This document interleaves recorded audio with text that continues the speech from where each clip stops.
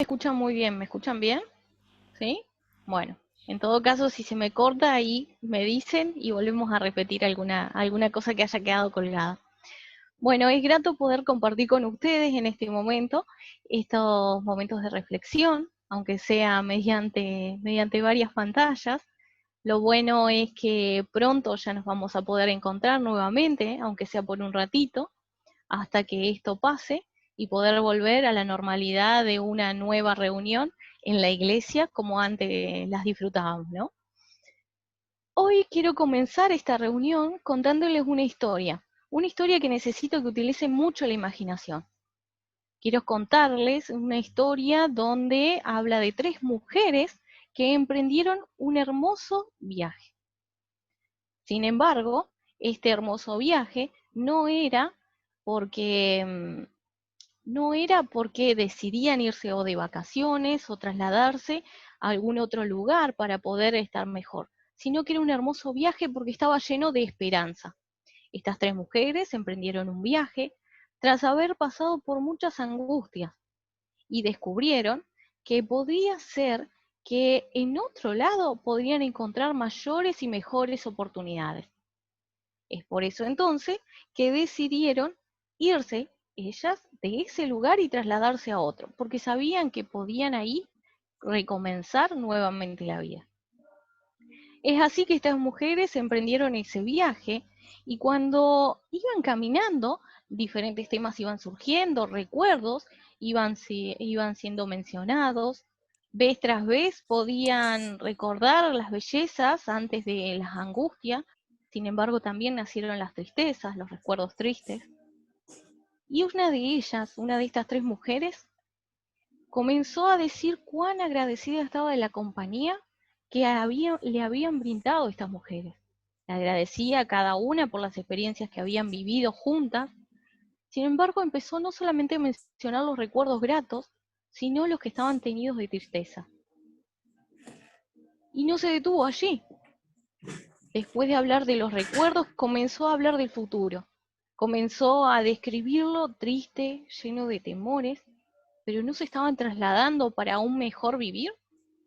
Y es entonces que ella les decía que tenía un futuro, les decía que si ella podían llegar a tener la posibilidad o la oportunidad de tener un buen futuro en otro lugar, un futuro prometedor. Pero ella había estado pensando mucho, hace mucho tiempo ya que reflexionaba sobre que ese futuro no las incluía juntas. Ese futuro necesitaba que cada una buscara su mejor porvenir, pero por separado. Entendía esta mujer que no había otra solución. No era posible encontrar otra solución que les devolviera un futuro alejado de las tristezas, alejado de las amarguras. Para ella, debía separarse. Es así que este viaje se volvió a mitad de camino más triste aún debido a, a la amargura y a la tristeza de lo que implicaba separarse. Ahí me escuchan bien, a ver si estamos con el audio. Ahí creo que tengo un audio que está.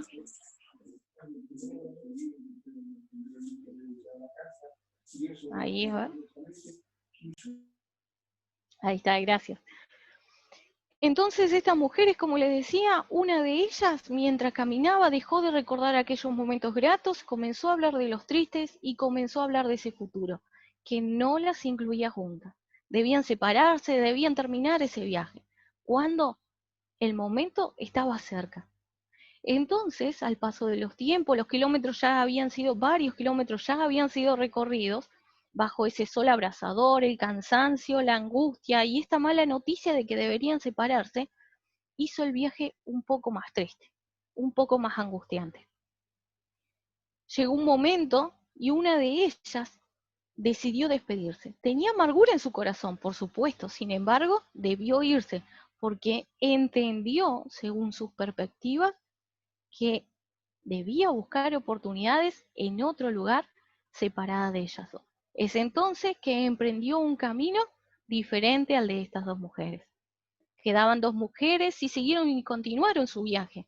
Sin embargo, una de ellas su decisión de no separarse se reafirmaba cada vez más. A medida que avanzaba en el viaje con esta acompañante, a pesar de que la tercera mujer se había ido, ella no quería separarse.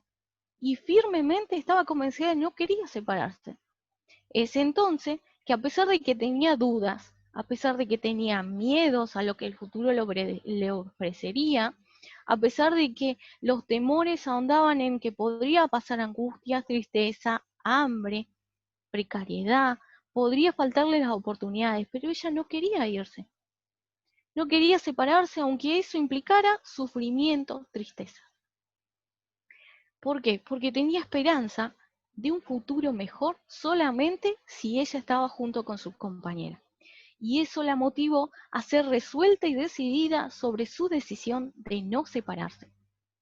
Vamos a buscar entonces ahora en nuestras Biblias en el libro de Ruth. A ver, vamos a buscar nuestras Biblias. Ruth, capítulo 1, versículo 16 y 17. ¿Lo encontramos? ¿Alguien me ayuda a leer?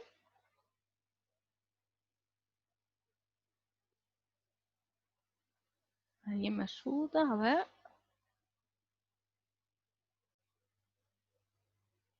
¿Alguno? A ver. Ahí está, Marne. Leo por acá. Ruth, ¿me dijiste capítulo? Capítulo 1, versículos 16 y 17. Respondió Ruth, no me ruegues que te deje y me aparte de ti, porque a donde quiera que tú fueres, iré yo, y donde quiera que vivieres, viviré. Tu pueblo será mi pueblo, y tu Dios mi Dios. Donde tú murieres, moriré yo, y allí seré sepultada. Así me haga Jehová, y aún me añada que solo la muerte hará separación entre nosotras dos. Muchas gracias, Marne. La decisión de ella no estaba avanzada en las angustias, en las tristezas o en los miedos, en las dudas, sino que estaba basada en esa esperanza junto a su compañera. Su compañera le había dado el ejemplo, la experiencia que ella más apreciaba, que determinaba el futuro para ella. ¿De qué historia hablamos? A ver, si vamos bien, vamos en línea, si pude contarles bien la historia. ¿De qué historia les parece que estamos hablando? A ver, ¿de qué historia? ¿Alguno? De Ruth. Muy bien, exacto. Estábamos hablando de Ruth, entonces hice bien mi tarea. Bueno, esta era la historia de estas tres mujeres que emprendieron ese viaje, de los campos de aquellos lugares donde se encontraba la hambruna, donde había tristeza, angustia debido a que sus esposos habían muerto, los hijos de Noemí. Y entonces el panorama era desolador y emprendieron ese viaje en un nuevo destino. Sin embargo, Noemí consideraría que su futuro no era estar juntas, sino separadas. ¿Por qué? Porque así de esa manera cada una lograría tener el futuro que en realidad merecía. Sin embargo, Ruth no sentía que esa era la decisión correcta y entonces puso su esperanza en todo aquello que había vivido con su compañera, con Noemí. Todo lo que había vivido respecto al conocimiento de Dios, respecto a la relación que iba a mantener con Dios. Esta era la esperanza que basaba su decisión. Pero lo que a mí me gusta hacer en las historias es ir un poco más allá. Y en esto me gustó preguntarme, ¿por qué Ruth tuvo que decidir? ¿Por qué nosotros tenemos que decidir? Por ejemplo, ¿por qué yo tengo que pensar en diferentes alternativas? ¿Por qué Ruth tuvo que decidir en si se iba o no se iba, si ellas se trasladaban de lugar o no se trasladaban? ¿Qué implica decidir? Y lo que quiero que reflexionemos en esta primera parte. La implicancia de decidir tiene que ver con que siempre se nos presentan alternativas, siempre se nos presentan opciones. Diríamos que podríamos decir que es algo totalmente natural para las personas decidir y que el poder de decisión o el tomar decisiones consecuentemente lleva a las personas que se comparen entre alternativas, entre las opciones, entre posibilidades, ventajas, desventajas. Y por supuesto que siempre están los temores, están las dudas que a veces se disipan, otras veces aumentan, otras veces directamente no tenemos tantas dudas y tenemos más certezas. Sin embargo, siempre tenemos que decidir y decidimos en base a alternativas, opciones. Es así que Ruth tenía que elegir y tenía alternativas. Podría haberse ido con Orfa, por supuesto, podría haberse las dos ido en un viaje, separarse y dejar a Noemí. Sin embargo, no consideró que seguir a Orfa junto con sus dioses fuera una mejor opción. ¿Tenía otra opción? Por supuesto, llegar a ser la compañera de Noemí, por más que eso significara un futuro no tan prometedor como a ella le hubiese gustado. Sin embargo, las opciones y posibilidades existían. Por cuanto yo quiero que tengamos la primera, como el primera directriz o el primer lineamiento. Decidir significa lograr llegar a tener una determinación para poder actuar ante una situación que se nos presentan con varias alternativas. Es por eso que Ruth se determinó para lograr tomar una decisión frente a esta situación. Y vamos a ir un poco más allá. No nos vamos a quedar solamente con la decisión, sino que vamos a ir a ampliar un poco más. Y vamos a ver el trasfondo de esa decisión, el trasfondo de las decisiones de las personas. Porque, sin embargo, nosotros podemos tomar decisiones si se nos presentan enfrente nuestro posibilidades, alternativas, opciones, y debemos determinar una de estas, cuál es para nosotros la mejor. Detrás de esas decisiones hay algo que también es determinante. Más allá de la situación, del contexto en la que tomamos las decisiones, existe un trasfondo. Y eso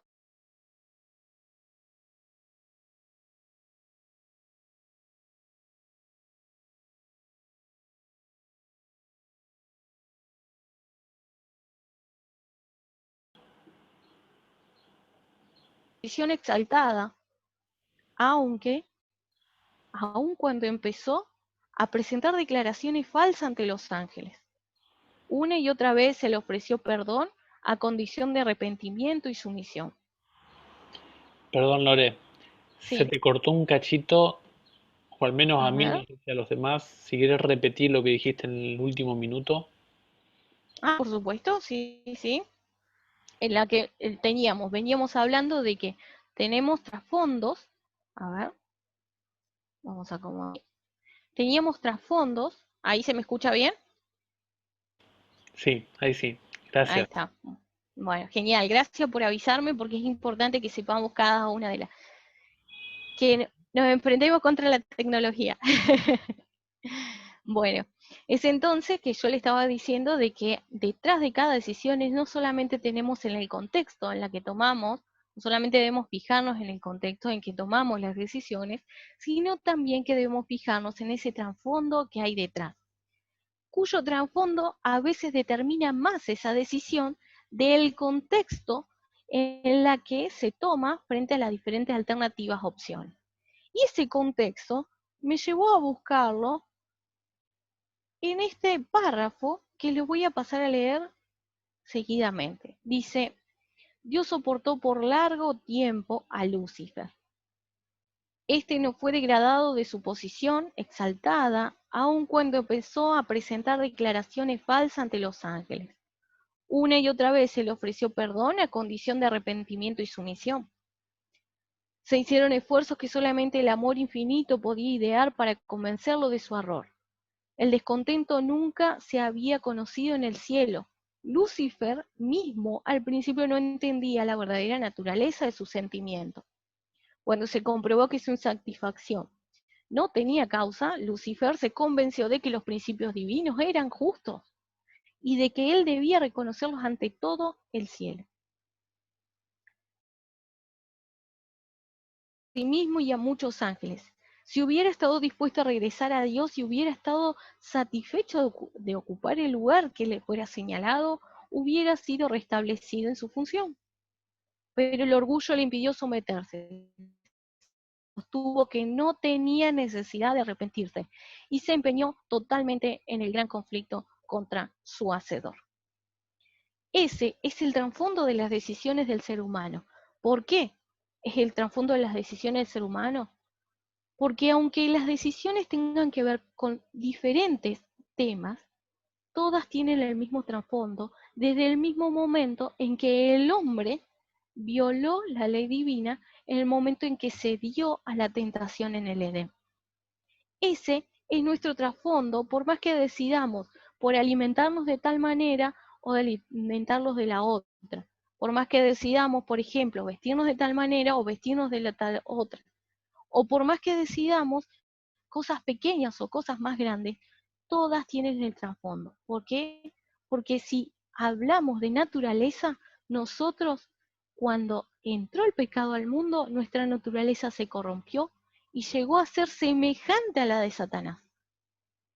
Es entonces que toda decisión, por más cual sea el contexto en el que nos encontremos, tiene su trasfondo que irremediablemente lo relaciona con esta naturaleza.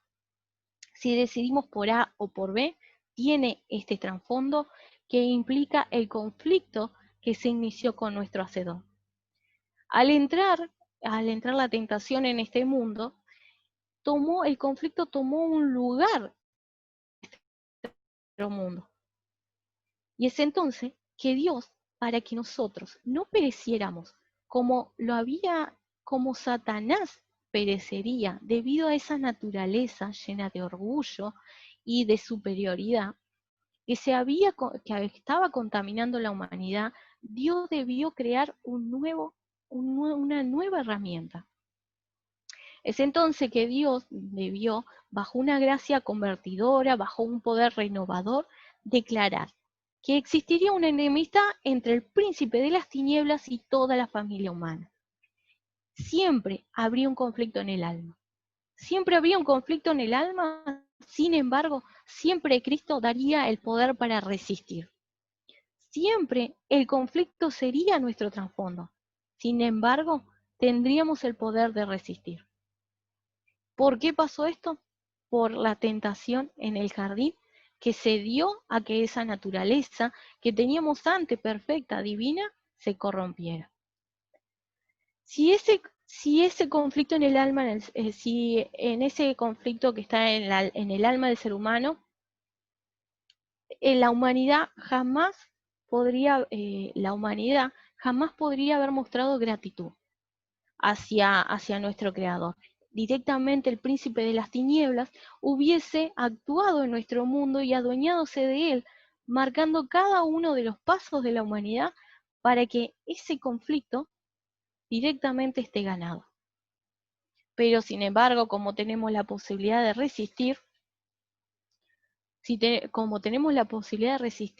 ante la enemistad que se puso entre el hombre y el príncipe de las tinieblas, nosotros tendríamos la opción de no perecer.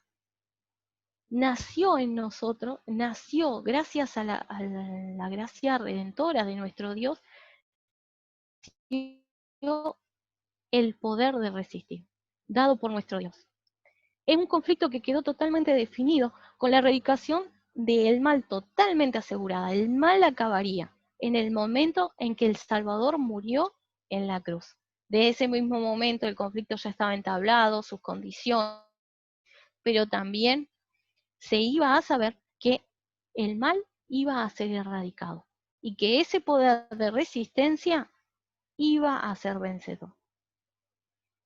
Desde ese momento, con más empeño aún y con más esfuerzos, es que Satanás constantemente busca arremeter contra la humanidad, aprovechándose de que existe un conflicto, constantemente la batalla es presentada a los seres humanos para que ese poder de resistencia se debilite o directamente quede a su sometimiento. A la otra bando tenemos a un Dios que creó ese poder de resistencia para que se fortalezca en él y directamente podamos resistir junto a él frente a cada una de las tentaciones. redobla sus esfuerzos a fin de que fracase ¿qué? La obra que Cristo hizo por cada uno de nosotros ante la humanidad caída.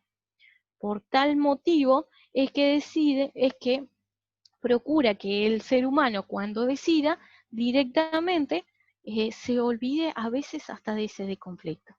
Y es ahí una de las primeras herramientas que utiliza Satanás, que el ser humano se olvide del conflicto. ¿Cómo logra que se olvide del conflicto? La rutina que nos lleva a andar a contrarreloj, la rutina que a veces pareciéramos que necesitamos 28 horas, la rutina que prefiere a veces hacer cualquier cosa que sea necesaria porque considera que primero tengo que hacer siempre algo primero. Siempre hay algo primero antes de establecer una relación con Dios. Esa rutina a veces puede jugarnos en contra y llevarnos a decidir de tal manera que caigamos en uno de estos engaños frente a Satanás. Siempre hay algo para hacer primero, siempre hay algo que tal vez nos lleve a debilitar nuestro poder de resistencia. Y eso consiste en una de las primeras herramientas de este príncipe de las tinieblas. Dijo, sin embargo hay un conflicto, yo tengo que encargarme de que ese poder de resistencia sea debilitado cada vez más. ¿Cómo voy a hacer? Los voy a ocupar. ¿Cómo los voy a ocupar? Siempre van a estar pensando en que existe algo primero y el esfuerzo va a tener que hacer el doble para que podamos establecer una relación con Dios. Tanta tecnología, tanta entretenimiento, tantas dispersiones, recreaciones y demás, que a veces nos alejan de Dios, que ocupan nuestro tiempo y que ocupan también nuestra mente. Esa rutina que no nos ayuda a poder lograr establecer una relación con Dios, sino que solamente logra que se debilite nuestro poder de resistencia. El príncipe de las tinieblas apenas se entera de que hay un alma que se pregunta qué es lo que necesita para ser salvo y comienza enseguida a manifestar toda su astucia, su engaño, para que esa alma se desoriente y se pierda y vuelva a la indiferencia. Trata de destruir toda la influencia del Espíritu Santo. A Satanás jamás le va a importar una persona que a la mañana no se pregunta qué es lo que quiere decirme Dios, cuál es la voluntad de Dios, no le interesa, porque sabe que ese poder de resistencia ya es débil, ya no está. En cambio, cuando ese poder de resistencia es fortalecido por las decisiones que tomamos de que a las primeras horas de la mañana reflexionemos en la Escritura, oremos, dediquemos tiempo para lograr establecer una relación con Dios, ese poder de resistencia aumenta. Cuando ve a alguien que está estudiando algún tema de las Escrituras, toma nota, entonces hace uso de toda su astucia, de todos sus engaños, ¿para qué? Para que de tal modo el mensaje no llegue a un conocimiento completo de las personas que lo necesitan. Si nosotros no recurrimos a la oración, si no recurrimos a la relación con nuestro Dios, ese mensaje, con todas las astucias, con todos los engaños, jamás podríamos comprenderlo. Necesitamos de la oración, necesitamos de las escrituras y necesitamos de ellas para poder fortalecer nuestro poder de decisión, de resistir al diablo. De un modo u otro, procura que nosotros nos alejemos cada mañana, cada hora, cada día, cada minuto.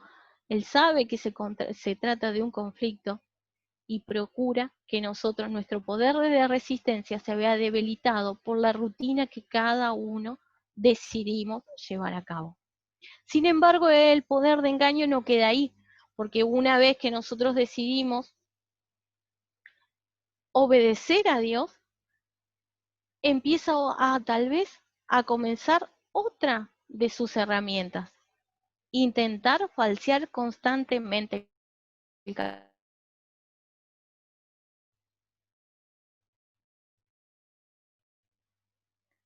Intentar falsear el carácter de Dios es una de sus principales herramientas también.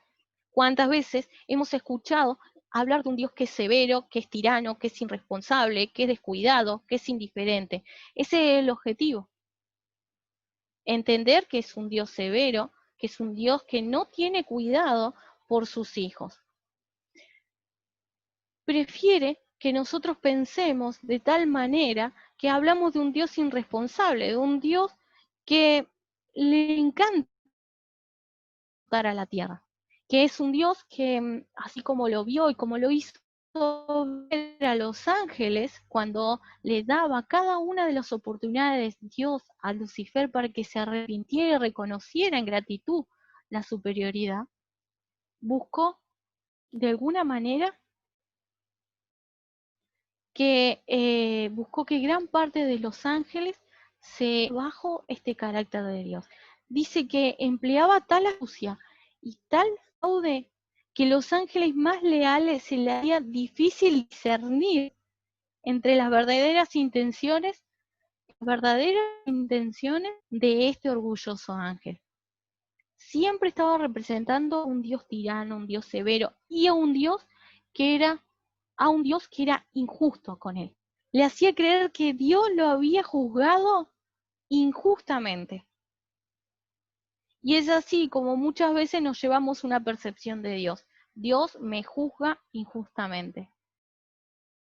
¿Y qué es esto? Un engaño de falsear el carácter de Dios. De esta manera, si Dios existe, nosotros vamos a considerar que no se preocupa de este mundo.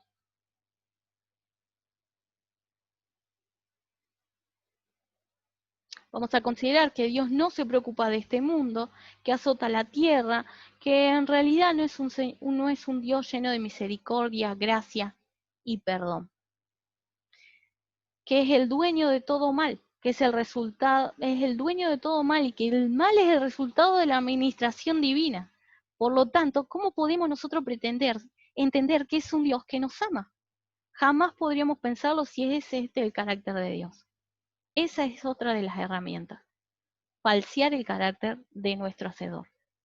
A su vez, cuando nosotros comenzamos a leer de la Biblia, cuando comenzamos a saber un poco más de los temas, nos llena de dudas. Y todo lo sencillo lo vuelve misterioso, complicado, complejo.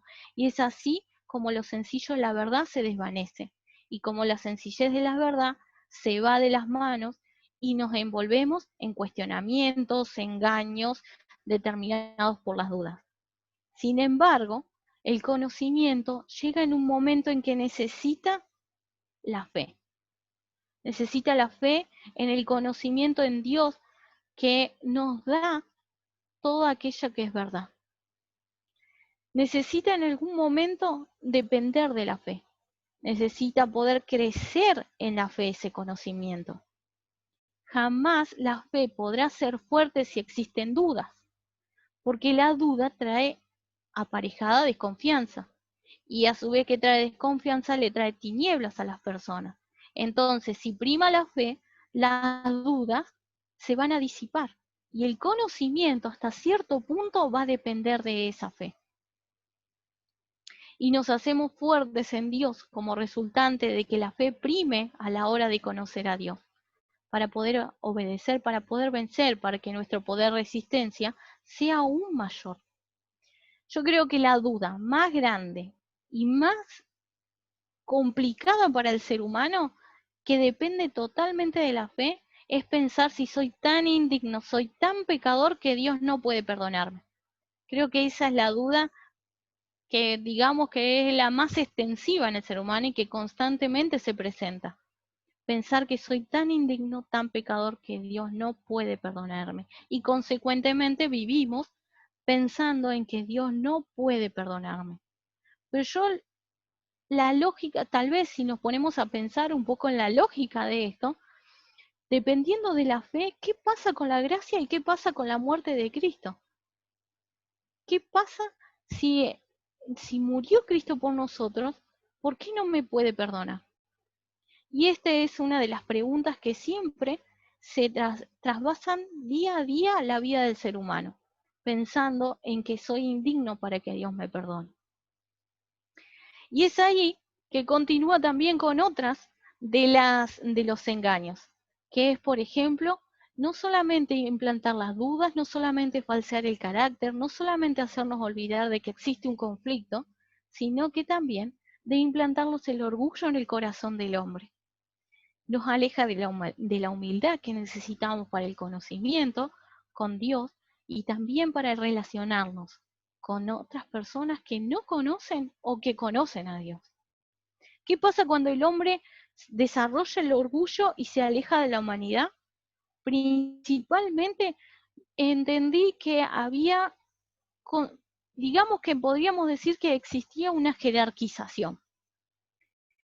Una jerarquización que llevaba a pensar, tales personas son pecadores y tales personas son menos pecadores. Entonces, cuando hay orgullo, me desplazo la superioridad de Dios, como lo hizo Satanás, a fin de juzgar y decir son más o menos pecadores, necesitan más o menos gracia. Ellos necesitan más obras o menos obras. Entonces ahí que nosotros decimos, si vivimos en una religión, en una creencia que es jerarquizada, constantemente decidimos que necesitamos estar en un nivel superior para que podamos llegar a Dios. Y es entonces que la jerarquía se basa en que necesitamos a un papa, necesitamos un santo, necesitamos a alguien para que para que haga lo que por nosotros no podemos hacer porque estamos debajo de esa jerarquía. Entonces, estos papas, estos santos, constantemente nos dicen, bueno, si querés subir al siguiente nivel, tenés que hacer tales obras. Y es así que nosotros, para llegar al siguiente nivel, para poder escalar esa jerarquía de santidad y de relación con Dios, tenemos que hacer diferentes sacrificios, diferentes obras, tenemos que hacer lo que sea necesario para poder llegar al siguiente nivel. Sin embargo, jamás Jesús estableció una jerarquía. Solamente existe Él como superior, el primero y el último. Hay una superioridad, pero nosotros, en las relaciones con nosotros, no tenemos jerarquía. Lo que tenemos es una igualdad debajo de la cruz. Todos somos pecadores y todos somos iguales debajo de esa cruz. Todos necesitamos a Dios. Nadie es intermediario de nadie y todos podemos ir a nuestro Dios, todos podemos tocar la puerta de Dios. No necesitamos un papa, no necesitamos un santo, no necesitamos esto, porque nosotros no tenemos que escalar jerarquías. No es una cuestión de niveles nuestra religión, es una cuestión de gracia, es una cuestión de relación. Cuando existe jerarquía, se desplaza la gratitud por nuestro Salvador y se convierte en esa legalidad que tiene que ver con que yo hago tantas obras y me corresponde llegar a tal nivel de la pirámide. Dios necesita gratitud, así como se la pidió a Lucifer en su momento, se nos pide a nosotros gratitud hacia Él. Y esa gratitud implica humildad. Necesitamos humildad para poder saber de la gratitud que significa de que Jesús haya muerto por nosotros. Después de la jerarquía, sin embargo, se desplaza también el sometimiento.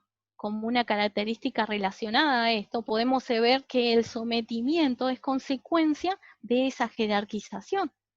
¿Por qué? Porque cuántos mártires, a razón del sufrimiento, a razón del sometimiento, pudieron tener grandes tormentos. A razón de ese sometimiento, de que el conocimiento era solamente de unos pocos y solo algunos accedían a Dios, a partir de ello, ¿cuántos sufrimientos les trajo?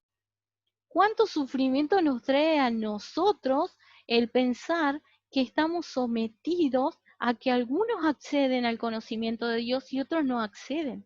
¿Cuántas personas están en la oscuridad al considerar que solamente las horas que se dedican en misa o en ciertos cultos le pueden trasladar el conocimiento de una relación con Dios? ¿Cuántas personas, si pudiéramos comprender de que el sometimiento no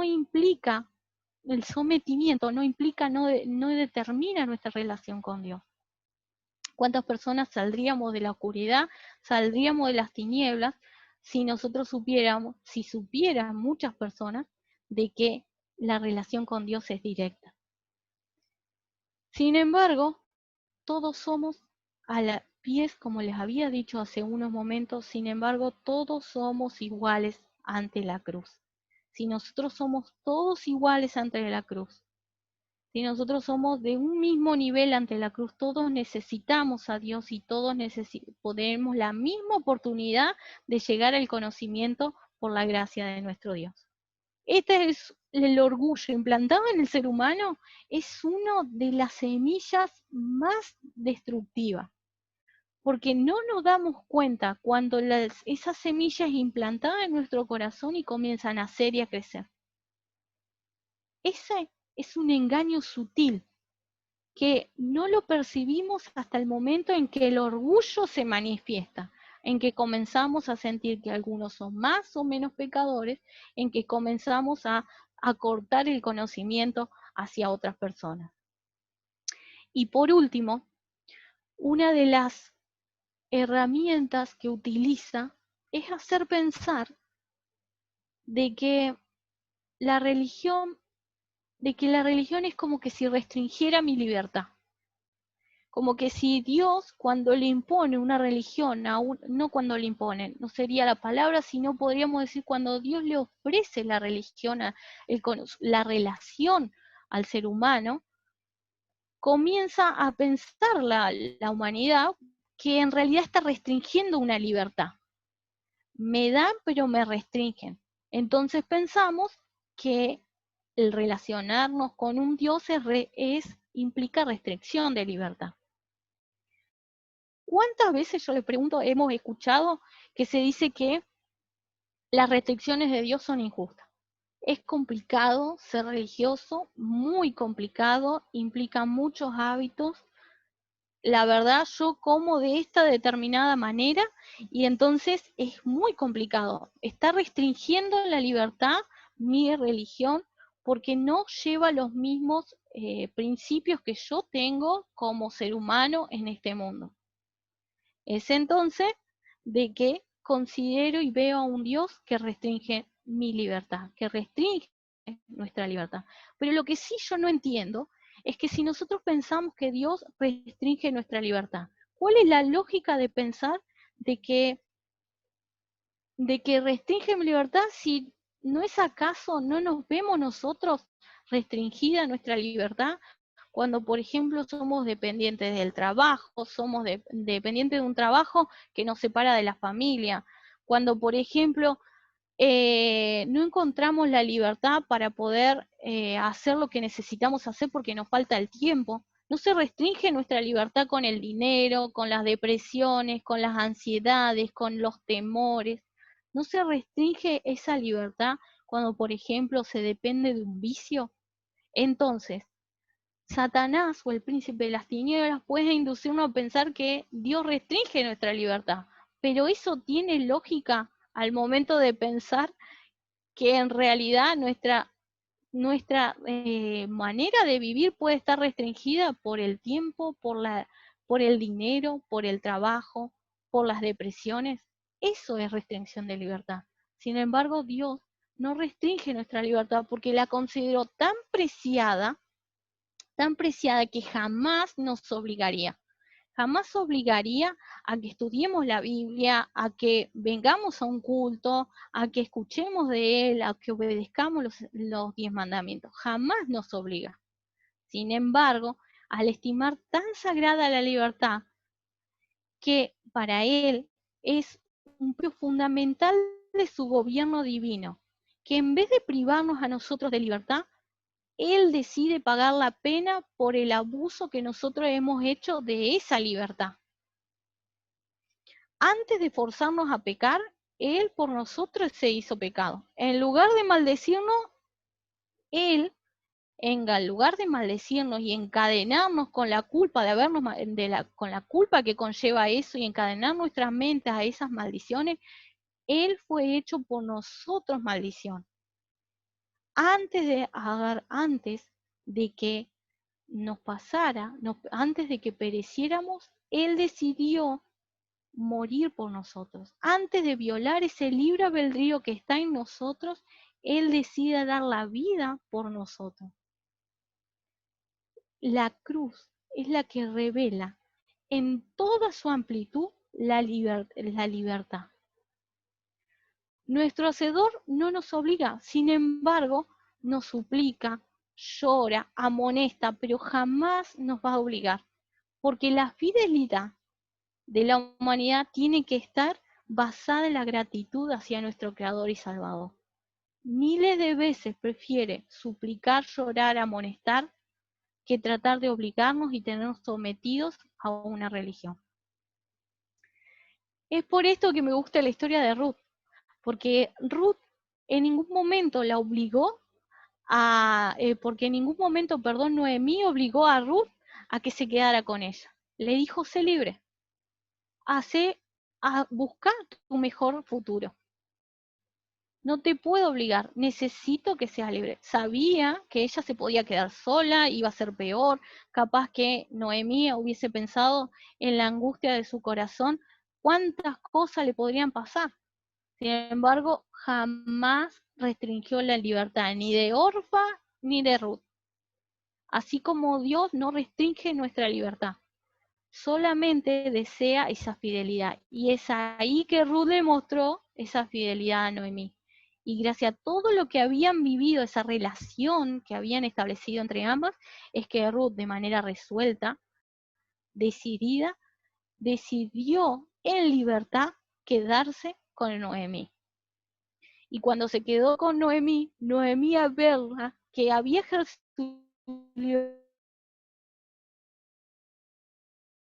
toda su amplitud, de que por continuar ella su viaje. El príncipe de las tinieblas ya sabe que no tiene más tiempo, ya sabe que lo que trate de hacer tiene que redoblar todos sus esfuerzos para que caigamos en la duda, para que no exista conflicto, porque estamos sometidos a la rutina, para que, por ejemplo, consideremos que Dios es severo, que es injusto, que le gusta hacer lo que quiera con la naturaleza, que ama, que por su administración divina el mal está presente. Quiere hacernos caer en todos esos engaños. ¿Por qué? Porque el tiempo está cerca y cuando Cristo murió por nosotros, el mal iba a ser erradicado. No iba a haber posibilidad de que el mal vuelva nuevamente. Desde el momento en que alguien se pregunta, ¿qué es lo que necesita para poder ser salvo? Es el momento en que nosotros le presentamos batalla le presentamos batalla a este príncipe de las tinieblas. Y es el momento en que también Dios está ahí para poder hacer fuerte nuestro poder de resistencia. Quiero terminar leyéndoles el último párrafo de la última página del Conflicto de los Siglos, que dice: el gran conflicto terminado. Ya no existe ni pecado ni pecadores. El universo entero está limpio. Una sola pulsación de armonía, alegría, late en la vasta creación. De aquel que lo creó todo, fluyen vida y luz y alegría que recorren los espacios ilimitados. Desde el átomo más insignificante hasta el mayor de los mundos, todas las cosas animadas e inanimadas, con su belleza sin mácula y con gozo perfecto, declaran que Dios es amor. El conflicto ha terminado. Que nosotros podamos comprender que existe un conflicto, que detrás de cada una de las decisiones existe un conflicto, pero que también existe un poder de resistencia. Un poder de resistencia que se fortalece o se debilita según caigamos o no en los engaños de aquel que le queda poco tiempo. Que podamos entender que en un no muy lejano tiempo, ese conflicto va a terminar. Ese conflicto ya no va a existir más. Y que con Dios podemos resistir cada una de las tentaciones y cada una de las batallas que este príncipe de las tinieblas nos hace caer. Que siempre nuestra pregunta sea: ¿Qué necesitamos para poder ser salvos? ¿Qué es lo que necesito para aumentar mi poder de resistencia? Que las decisiones siempre sean basadas en eso y que siempre la gracia de nuestro Dios nos acompañe.